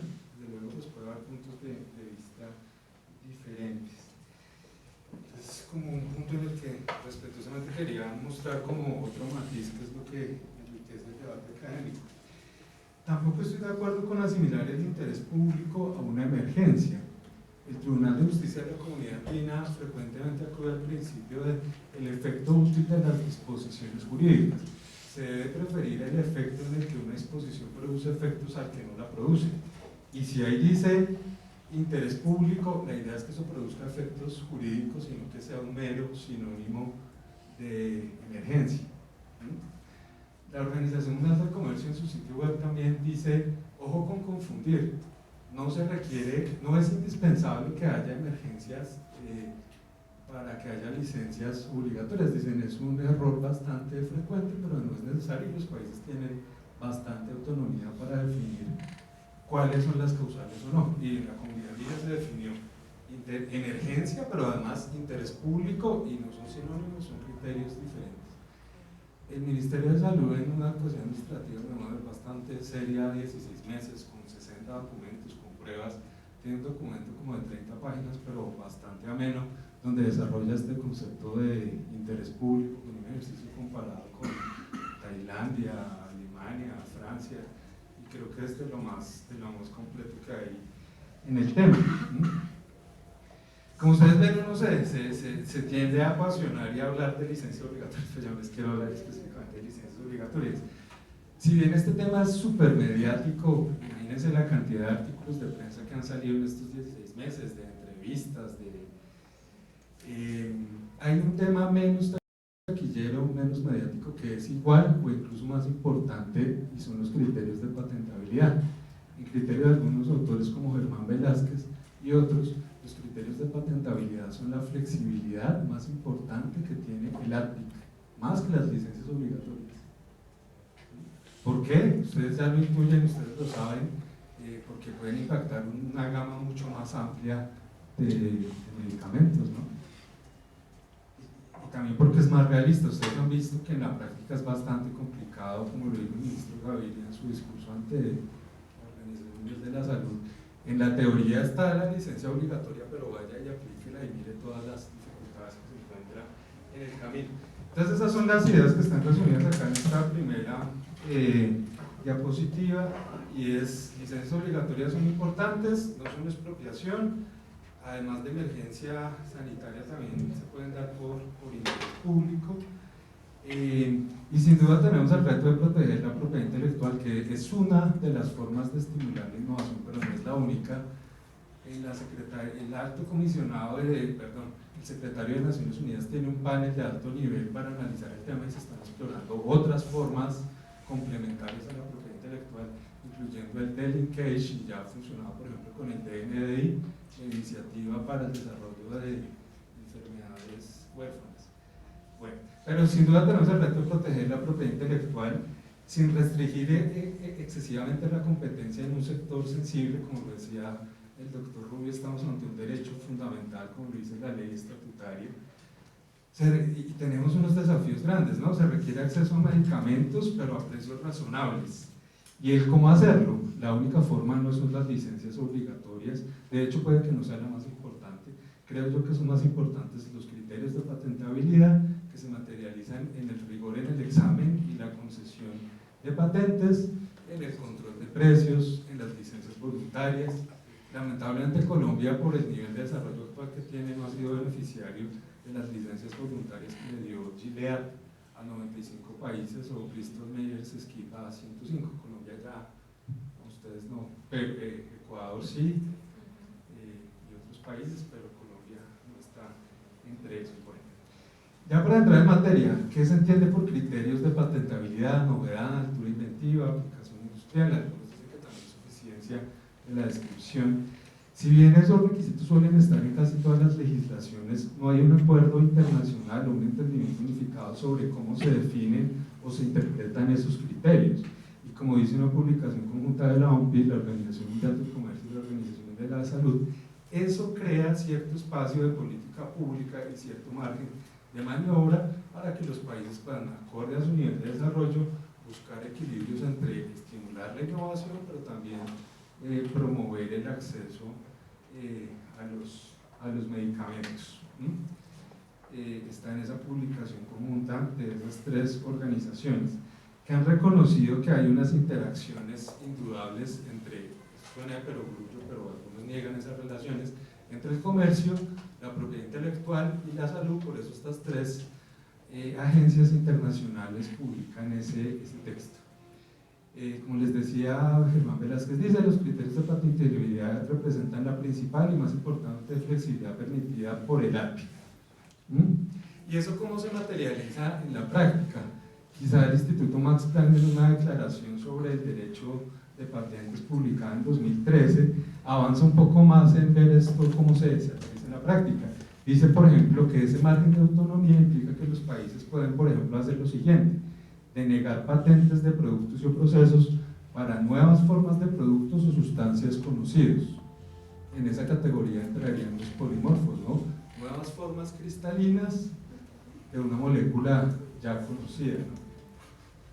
Como pueden ser variaciones en la composición química. Ahí también podrían entrar las patentes de selección, las fórmulas Marcouche, lo que coloquialmente se denomina, según los usos, los países tienen autonomía para determinar si conceden o no patentes a eso, y es perfectamente legal y válido a la luz de ATIC que no concedan patentes a nuevas formas de productos o de sustancias conocidas. El imatinib beta, el que ordenó conceder el Consejo de Estado, es una nueva forma de producto o sustancia conocida que Colombia no estaba obligado a conceder. O sea, no estaba obligado a conceder que correctamente, de 98 a 2003, cuando lo examinó por primera vez la solicitud de patente, la superintendencia negó la patente, y la negó diciendo la siguiente, que ahí no había, que el polimorfo beta no tenía altura inventiva, que ya se conocía en el estado de la técnica la forma alfa del imatinib. Esa solicitud de patente no se presentó en Colombia, la anterior. Es ese cuadrito que está aquí en la parte de abajo. Como ustedes ven, en la parte superior, anterior y en la parte superior está la historia del imatinib alfa, y en la parte inferior la historia del imatinib beta. El imatinib alfa se presentó en el mundo en 1993. Esa solicitud de patente no entró a Colombia. Fue la variante cristalina, la forma beta, entró en 1998, se hizo esa solicitud, la superintendencia la examinó de 98 a 2002-2003 y en 2003 la negó. Posteriormente, el Consejo de Estado en 2012 ordena, como ustedes saben, revocar la negación de la patente y en su lugar concederla. Fíjense que en el fondo el Consejo de Estado hizo, en teoría, o debió hacer un examen de patentabilidad, preguntarse si el polimorfo beta tenía novedad, altura inventiva. Uno respeta las decisiones del Consejo de Estado, pero académicamente puede discrepar de ellas. Y vale la pena preguntarse si el Consejo de Estado en esa decisión confundió experimentación cotidiana con altura inventiva. En mi opinión, la respuesta es sí. Que haya experimentación no quiere decir que haya altura inventiva. Para hacer un polimorfo, que es normal en el desarrollo de productos farmacéuticos, hay que hacer experimentación, pero eso es parte normal del desarrollo. Y el Consejo de Estado, como los distinguidos magistrados de la sección primera, pues todos son abogados, se basó quizá demasiado en el peritazgo de un profesor designado por la parte demandada, y se basó en el testimonio de un coinventor de la solicitud de patente, que a su vez fue empleado de la empresa solicitante. Entonces ustedes pueden ver que la solidez técnica de esa decisión del Consejo de Estado es bastante cuestionable. Eso hace que el Consejo de Estado le ordene a la superintendencia conceder la patente. Fíjense que si el Consejo de Estado hubiese aplicado unos criterios de patentabilidad más estrictos, no conceder patentes a polimorfos, que para algunos son descubrimientos, son características intrínsecas de los materiales, de los sólidos, ni siquiera hubiéramos tenido que llegar a hablar de licencia obligatoria. El tema es bastante técnico, pero fíjense que tiene mayor impacto. Si el Consejo de Estado hubiese confirmado la decisión que correctamente tomó la superintendencia inicialmente, no hubiésemos tenido 17 meses de debate y de presiones y de amenazas de embajadas y demás. Bueno, Sin embargo, los polimorfos no son los únicos tipos de patentes secundarias, existen otros tipos de patentes secundarias. La profesora Amy Kapczynski de la Universidad de Yale en este paper las caracteriza. Entonces dice, tenemos una molécula inicial, pero tenemos unas moléculas posteriores para formulaciones, métodos de uso, polimórferos, isómeros, ésteres y sales. Y ella aquí dice, ¿cuánto es el tiempo adicional que implica sobre los 20 años iniciales conceder patentes posteriores, patentes incrementales o patentes secundarias? No es que sean 20 años más 20 años como erróneamente dicen algunas organizaciones, pero sí implica un alargamiento y una restricción a la competencia significativa. Ella con una muestra de 432 medicamentos y 1.304 patentes encuentra que en el caso de los polimorfos el tiempo promedio en que se alarga son 20 más 6.3 años. Fíjense que en el caso de imatinib en Colombia pasa algo similar. La patente alfa, que sí se concedió en la Oficina Europea de Patentes y en Estados Unidos, se venció en Europa en 2013. Sin embargo, en Colombia tenemos el polimorfo beta protegido hasta julio de 2018. Esa patente también se venció en principio en Estados Unidos en 2015-2016. Por eso es un Pharma ya está comercializando allá genéricos del tema. Bueno. El tiempo lamentablemente no permite ahondar en este tema que es muy interesante, pero les sugiero este paper de la profesora Kapczynski de Yale, que es un estudio empírico bastante riguroso del tema.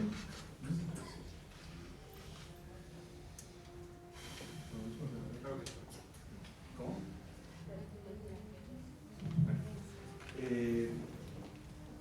Hay otro caso que es la tercera solicitud de licencia obligatoria en Colombia, después de Caletra, después de imatinib. Unas ONG solicitaron a finales del 2015 la tercera solicitud de licencia obligatoria en Colombia para hepatitis C. Ha recibido menos atención mediática, pero por ahí se puede consultar en internet. Y este tema va a ser aún más interesante que el imatinib, porque el imatinib se decía que en Colombia había alrededor de 2.000 pacientes, 3.000 pacientes. En el caso de hepatitis C se estima que hay mínimo 250.000 enfermos de hepatitis C.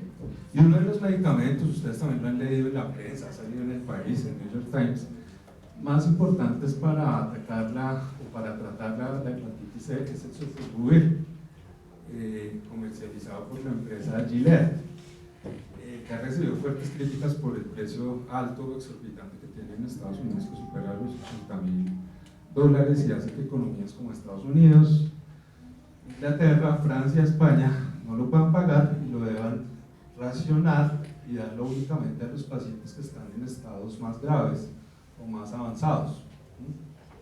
Bueno, ¿cómo se conecta un tema con el otro? El tema es importante porque el sofosbuvir en Colombia no tiene una patente, sino tiene mínimo 6 patentes. La patente primaria, que es la primera columna, le concede protección hasta el 2024, pero unas patentes secundarias, la patente de la familia 2, esto es una numeración de la Organización Mundial de la Salud de Thomson Reuters, publicaron un paper en Landscape de esto.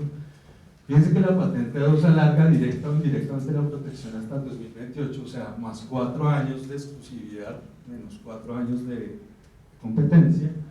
La patente 7 alarga la exclusividad, perdón, la patente 7 hasta el 2032, más 8 años de exclusividad, y la patente 9 también hasta 2032, la patente 16 hasta el 2030. Entonces, no solo en Colombia, sino a nivel mundial, es muy importante que las oficinas de patentes sean estrictas a la hora de examinar patentes secundarias, particularmente de polimorfos o moléculas de índole similar. En los 7 antivirales de acción directa principales, los 7 principales medicamentos que se usan para tratar la hepatitis C en Colombia tienen alrededor de 23 patentes, no es que haya 7 patentes, una para cada uno, sino hay algunos que tienen 5. Y sin duda esto va a implicar un reto y un desafío. Bueno, la superintendencia también, y ahí que decirlo, hay que ser riguroso en esto, ha negado algunas patentes secundarias, negó la familia 3, la 5, la 3, también negó la patente 4, pero el solicitante demandó la negación ante el Consejo de Estado. El universo es grande. En Colombia el año 2015 presentaron 640 solicitudes de patentes. Seguramente varias de ellas tienen altura inventiva, merecen exclusividad, merecen 20 años de protección, pero algunas posiblemente son patentes secundarias que es menos claro que tengan altura inventiva y no es tan claro que merezcan 20 más 4 o 20 más 6 o 20 más 8 años de protección. Entonces creo que el desafío es seguir trabajando el tema de licencias obligatorias, pero mirar de forma equilibrada cómo logramos estimular la innovación, pero también tener un equilibrio con la competencia en este tema. Para profundizar en este tema de patentes secundarias, una tesis doctoral publicada por el Max Planck, con una investigadora que se llama Anne Hayward, que es posiblemente lo más completo y lo más riguroso que hay en este tema. Y uno de los grandes desafíos es que esto no solo impacta los medicamentos de síntesis química, sino también los medicamentos biotecnológicos. Ustedes ven aquí este titular del New York Times, cómo se utilizan patentes secundarias para retrasar la entrada de anticuerpos monoclonales como Humira y Enbrel. Ya se me acabó el tiempo. Gracias. Bueno, muchas gracias. Yo, pues simplemente para pasar, por tiempo tenemos poco tiempo para las preguntas, pero no quisiera yo terminar la sesión de hoy sin abrir para unas 3 preguntas de parte de ustedes. Y por favor, lo que quieran comentar, opinar, como bien lo han podido oír de nuestra banda sonora, estamos en una universidad. Entonces aquí no hay temas vetados, sino opiniones que se reciben y opiniones que se valoran y se discutirán. Entonces, quien si quiere hacer algún comentario, por favor, alza la mano.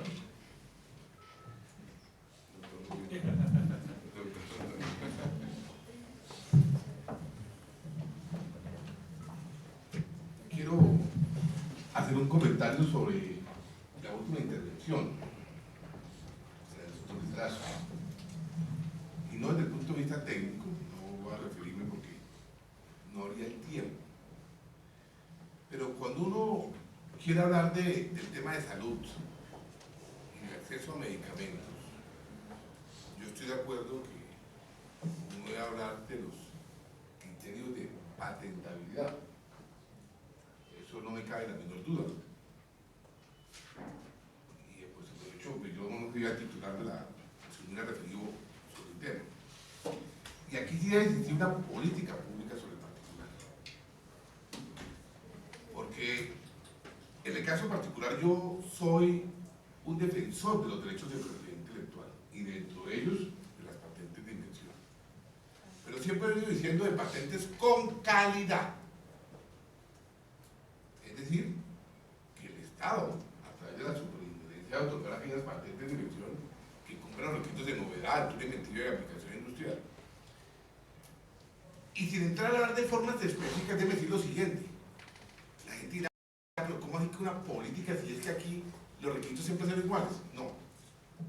Yo les quiero contar, por ejemplo, a ustedes, que cuando uno habla, y aquí el doctor Rodolfo me puede, por favor, corregir sobre el particular, cuando uno habla con las oficinas de patentes del mundo, existen diferentes visiones. La oficina de los Estados Unidos de América es una oficina flexible en materia de los requisitos de patentabilidad. O sea, con el mayor respeto para la oficina de Estados Unidos, todo es patentable. Y después, versus las autoridades judiciales que se declare la nulidad de la patente. En la época que tuve el privilegio de presidir la superintendencia, una de mis filosofías es otorgamos patentes, pero patentes con calidad. Yo simplemente quiero hacer referencia a un ejemplo de que varias veces, varias compañías farmacéuticas de diferentes países hacían presiones políticas para decir, Yo no entiendo cómo así que en los Estados Unidos la patente fue concedida y en Colombia fue negada. Es que aquí somos más papistas que el Papa.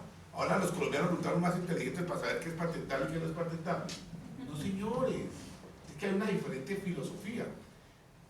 Porque aquí obviamente, yo les quiero dar ejemplos, por ejemplo con el sildenafil, en el cual pues obviamente en Estados Unidos quiere patentar porque es un país innovador. Aquí en Colombia, yo decía, seamos flexibles en cuanto a los modelos de utilidad, pero seamos estrictos en cuanto a las patentes de invención. Hago este comentario desde el punto de vista filosófico de lo que debe ser la oficina. No me refiero a un caso específico porque aquí podríamos durar todo el tiempo, pero yo me acuerdo que a veces las compañías farmacéuticas presentaban patentes de invención y la única diferencia con el estado de la técnica era el recipiente.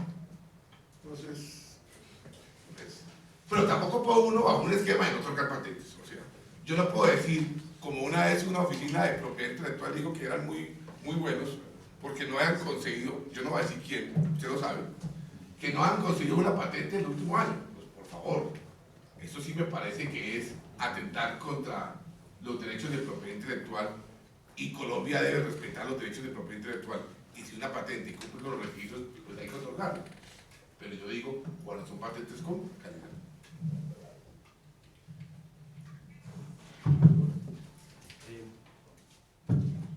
Doctor Londoño, yo quisiera hacerle una pregunta sobre, pues porque usted va a seguir con la palabra, entonces para que pueda continuar también como se refiera.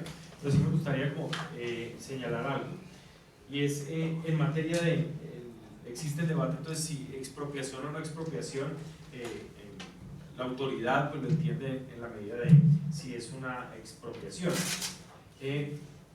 pero hasta qué punto, si fuera la misma autoridad vía competencia, lo haría como un remedio, no como una expropiación. Pero si estamos hablando de interés público a través de patentes, si estamos hablando de expropiación, ¿por qué no cabe entenderlo ahí como remedio? Es decir, ¿dónde diferenciamos la actividad entre sanción y remedio? Porque yo puedo sancionar vía libre competencia, pero no necesariamente necesito utilizar el remedio de la patente o de la licencia obligatoria, sino que es un recurso que tengo, como igual lo puedo tener en los otros criterios. Es un recurso que tiene como un remedio a un problema, porque cuando lo utilizamos como remedio tenemos que llevarlo en un lado estrictamente al caso de la expropiación, y en el otro caso dejarlo abierto sin tener necesariamente ni siquiera que invocar la 486. Bueno, magnífica la pregunta, pero no necesariamente son contradictorias las dos situaciones. Es que precisamente lo que estamos diciendo es que el interés público es el que surge de una situación de emergencia o de una situación de falta de libertad de competencia en condiciones normales. Por eso el derecho a la competencia es un derecho colectivo que nos interesa a todos, y la transparencia del mercado y la transparencia de los agentes del mercado es de interés público. Entonces, lo que estamos diciendo es no cree el interés público per se y permanente, sino el derivado de una situación anómala, ¿sí? Y dos, lo que, así como, y yo voy a tomar las palabras del doctor Rubio, así como el doctor Rubio dice, no nos rasguemos las vestiduras por decir que hay licencias obligatorias, ¿por qué no las rasgamos cuando decimos que es un tipo de expropiación? Si es que la expropiación está en la Constitución, ¿por qué nos da miedo decir que es expropiación? Ahora, lo que coincide el sistema de licencias obligatorias con la expropiación es que dice casos excepcionales, teniendo en cuenta los intereses del afectado. Los expertos que cita el doctor Lizarazo, pues seguramente no han leído la sentencia de la Corte Constitucional en materia, la última en materia de expropiación, en 2012. Y porque yo considero que sí es expropiación cuando dice cualquier afectación al derecho patrimonial, porque le voy a poner un ejemplo en la situación, en la propiedad material, ¿sí? Usted tiene un territorio rural por el que el Estado tiene que pasar todo ese ejército para combatir la guerra, ¿sí? Y le dice, tenemos que ubicarnos acá durante 6 meses, ¿cierto? Lo dice la Constitución, ¿es expropiación o no? Y es temporal. ¿Cuál es el derecho afectado? El derecho que tiene todo titular de toda propiedad de excluir, decir quién puede y quién no. No es que, no están interpretando como es que la expropiación despoja de toda propiedad. No, es una afectación al derecho. Entonces, es cierto que en este caso, y tiene toda razón, en el caso de una práctica restrictiva lo está haciendo a modo de remedio, y por lo mismo lo que creo es que es en esos casos cuando se da en emergencia que surge un interés público, pero no quiere decir que tampoco es una expropiación, lo es, lo dice la autoridad competente en materia de competencia. Pero yo lo siento, doctor Uribe, pues que como fui el primero en hablar, eso tiene una desventaja y por eso por ahí hablan de ciertos derechos. Yo simplemente quiero hacer unas recapitulaciones. Concuerdo, creo que en todo lo que dijo el doctor Rubio, pero quiero resaltar unos puntos. Cuando él habla, por ejemplo, de teoría de los incentivos, ¿sí? La tragedia de los comunes. Si no hay sistema de patentes, ¿no? 1.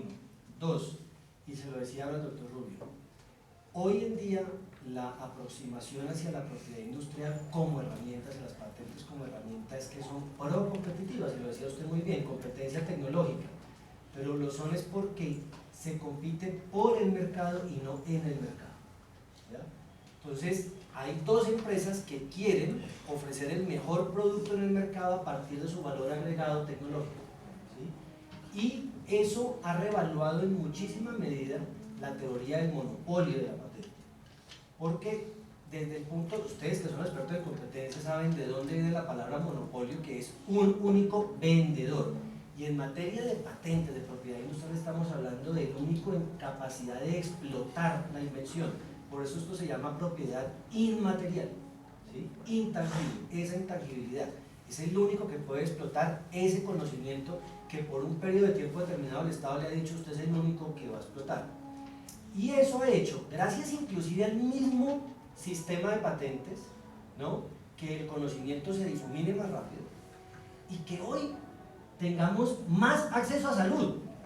Es que lo que no nos hemos dado cuenta es que hoy tenemos más acceso a salud, ¿no? O me van a decir que hoy la expectativa de vida no es mayor y es 30 años más de la de hace 30 años, ¿no? Entonces, ¿qué es lo que estamos diferenciando? ¿Acceso a salud o acceso a medicamento? ¿Sí? Y son dos cosas diferentes. Eso son dos cosas diferentes y no voy a discutir, ni más faltaba que haya un problema de precios, seguramente, de abusos, pero ojo que hay que tener muy claro eso. 2, el doctor Rubio decía, mire, está bien los mecanismos de control de precios cuando no hay competencia. Y conversábamos acá y le decía precisamente eso. El sistema de patentes hoy ha hecho que usted encuentre dos soluciones diferentes a un mismo problema. Dos soluciones diferentes y que los dos productos puedan llegar a tener patente porque las dos soluciones eran diferentes y igualmente inventivas y cumplir los requisitos. Y eso ratifica el principio de la propiedad intelectual de que las ideas no son protegibles y que se ve expresado, por ejemplo, en materia de derechos de autor con originalidad, ¿no? Tercero, hay algo muy importante a tener en cuenta. Nosotros acá todos hablamos de esa teoría, pero, y aquí me quiero meter con algo que es de verdad un problema muy, muy grande, y es, ya con lo que decía ya al final de la exposición, lo que decía el doctor Lizarazo en materia de los criterios de patentabilidad. Uno es que si la gente demanda rigor técnico, pues no puede demandar política. O es rigor técnico o es política. Y el problema de la política es que la política es o incentivamos investigación o no la incentivamos. Y con eso entro a un punto muy importante. Y es lo que estaban diciendo, patentes de calidad. No crea que nosotros hemos hecho toda la investigación. ¿Qué es patentes de calidad? ¿Sí? Para comenzar, por ejemplo, el doctor Rubio decía, mire, es que la oficina de Estados Unidos concede todo. Concede todo o concedía todo porque el derecho de Estados Unidos, como es jurisprudencial, la interpretación de la Corte Suprema a lo largo del siglo pasado en materia de patentabilidad permitía los segundos usos, permitía decir, potentar lo que hubiera entre el cielo y la tierra que fuera creación humana. Y lo ha ido restringiendo, luego ha sido con rigor que también esa oficina lo hacía. No obstante eso, yo le voy a dar unas cifras, para que nosotros muchas veces nos jactamos de nuestro rigor y a veces subvaloramos el rigor de otros. Porcentaje de concesión de esa oficina, 60%, tal vez la que más conceda, ¿sí? La oficina del mundo que dice tener el mejor sistema de calidad de examen de patentes, que se jacta de decir lo que es la EPO, concede, póngale cuidado, el 25% de las solicitudes sin previa objeción de patentabilidad y el 45% del total de solicitudes, ¿no? Y tiene la misma aproximación. Usted habla con el director de la EPO, el señor Batistelli, y dice que hay que tener cuidado con conceder monopolios, con toda la cosa. ¿Sabe cuántas patentes le presentan a ellos? En Estados Unidos 470.000 y en el caso de Europa 300.000, 250.000 patentes. A Colombia de eso llega menos del 1%, no llegan 1.000. Y ahí sí hay unas cosas que son contraevidentes, ¿sí? Si yo no puedo entender que alguien diga yo voy a ir a patentar a Colombia, ¿no? De las 150 solicitudes que hago anualmente, escoger una y considerar que es la más débil la que quería, ¿no? Cuando sé que hay una oficina que dice que tiene mucho rigor. Nosotros hoy concedemos el 45%, ¿sí? Estamos en el estándar de lo que dice la Oficina Europea es el mejor sistema de calidad que ellos tienen. Pero lo segundo, muy importante, miren lo que ocurre. Si el doctor Lizarazo dice que es que el ADPIC dice que por política yo puedo no patentar nuevas formas de presentación, entonces no estoy siendo riguroso. Es decir, la norma lo dice.